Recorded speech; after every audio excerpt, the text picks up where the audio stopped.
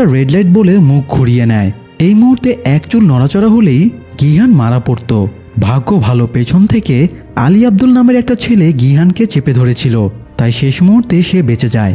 অবশেষে টাইমারে যখন 1 সেকেন্ড বাকি, সেই মুহূর্তে গিহান এবং আলী আব্দুল ফিনিশ লাইনে পৌঁছাতে সক্ষম হয়। কিন্তু তখনও কয়েকজন ফিনিশ লাইনে পৌঁছাতে পেরেছিল না, তাদের সবাইকে গুলি করে মেরে ফেলা হয়।